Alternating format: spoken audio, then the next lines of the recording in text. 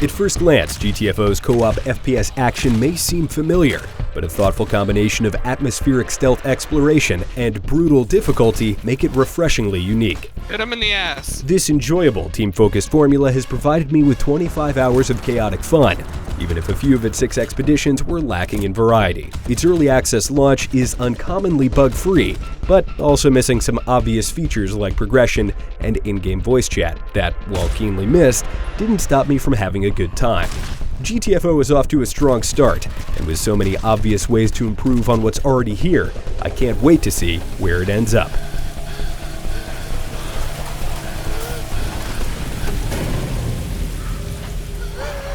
Each expedition in GTFO begins with a startling descent into a labyrinth of subterranean rooms called the Complex. Navigating its creepy industrial corridors with a team of 4 total players is thrilling, thanks to the tense atmosphere and puzzling stealth encounters.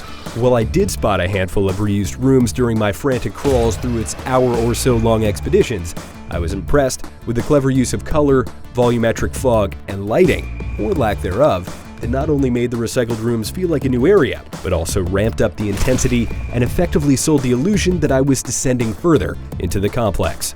Enemy and supply locker spawns are randomized, but the layout of the level itself is not, which is a good thing. The handcrafted nature of the expeditions, especially in the later levels, means that even if you lose, you'll be walking away with lessons you can apply to your next attempt. And lose you will.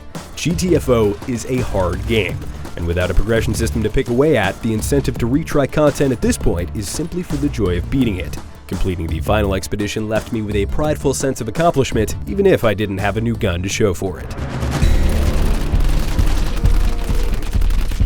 I've never loved the idea of sneaking past enemies that could otherwise make for fun targets in a co-op shooter, but stealth feels right at home in GTFO for many reasons. First, there are enough supplies scattered around every expedition to allow for at least a few disastrous mistakes. You touched it. Bro, what the f***? Oh my god, brother.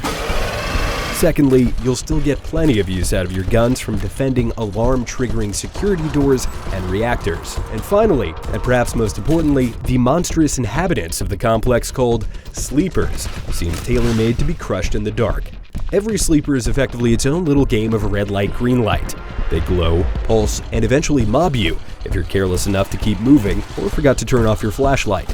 It's a simple enough concept to grasp in seconds, yet remains challenging throughout, thanks to some welcome new variables introduced along the way. Some enemies may be packed tightly together. Giant sleepers up the stakes, and a wandering monster called the Scout will spawn extra waves in addition to raising a panic-inducing alarm if they detect you with their groping tendrils. What I love about the puzzle that each new room presents is that there's always more than one right answer, and there's usually some leeway to bend the rules in your favor. For instance, you can use your flashlight to synchronize the pulsing of a large group in order to sneak by. The only major criticism I have of the sleepers is that the range at which they can detect you killing their allies feels inconsistent. You won't encounter every enemy GTFO has to offer in the first few hours, which is nice, but its creative reuse of assets is the main thing that keeps Rundown 1, the 6 levels covered in this review that theoretically will be swapped out for new ones in the future, from being straight up repetitive. I have little doubt that this is merely a symptom of early access, but there's no question that GTFO is still in desperate need of additional enemy variety, unique environments, and mission archetypes. The general rule of GTFO is that safety costs resources while risk begets reward. As a result, there are meaningful choices for your team to make around every corner, and most are fun, even if not all are fruitful. For instance, it's risky to melee a scout, but if it pays off, it will allow your team to continue undetected. It's safer to snipe the scout, but to do so, you'll have to use scarce ammo to fight the rest of the room. Freeze a giant at the cost of hardening seafoam, and pick it apart like an ice sculpture. Or have your squad wind up and kneecap the bastard, but risk getting pummeled. In fact, whole sections of each expedition are entirely optional, but making a beeline for the objective, assuming you can figure out where it is, usually leaves your team low on supplies, and when the ammo runs out, there's nothing left to do but die. Annoyingly, you can't combine partially used stacks of supplies like healing items or tossable glow sticks, which feels archaic for a 2019 shooter. Similarly, fall damage is brutally punishing but serves no clear purpose because platforming isn't prevalent. GTFO's current arsenal is a bit messy in its execution as well. The DMR, for instance, has a limited ammo supply and therefore high damage theoretically, but doesn't always kill a small enemy in a single shot to the head. And while I love taking the sniper to cleanly deal with scouts, the fact that its Spartan ammunition doesn't overpenetrate even small sleepers means that its application elsewhere feels wasted. There are some winners here though. The pistol and revolver both feel great and work wonders. Things are much more consistent on the tool front, where the Sentry's Seafoam Launcher, Mine Deployer, and nifty enemy sensing bioscanner all have their uses and synergize well.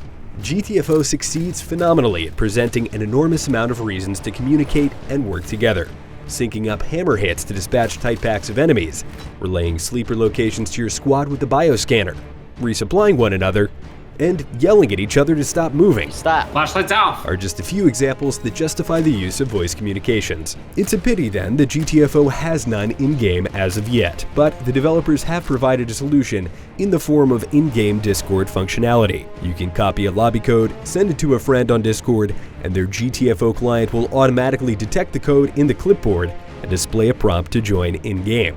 If you're trying to go it alone, you're simply out of luck. While I'm not fool enough to claim that it's totally impossible, you'd have to be some kind of god to complete any of these expeditions alone. While a horde of zombie-like sleepers rushing mindlessly towards four men with guns may look familiar, GTFO's early access version is anything but more of the same for the co-op shooter genre. Its stealth action is well thought out and presents a lot of excellent opportunities for fun coordination with your squad. Its 6 enjoyably terrifying expeditions are creative and surprising enough to overlook the otherwise plain lack in variety in its environments, enemies, and objectives. And while the symptoms of its early access state may be keenly felt where breadth of content is concerned, there is no shortage of depth in GTFO. It's clever, creepy, and already surprisingly polished, and I can't wait to see where it goes from here. If you enjoyed the review or have questions, shoot me a follow on Twitter @Duggan, and for all things GTFO, keep it right here on IGN.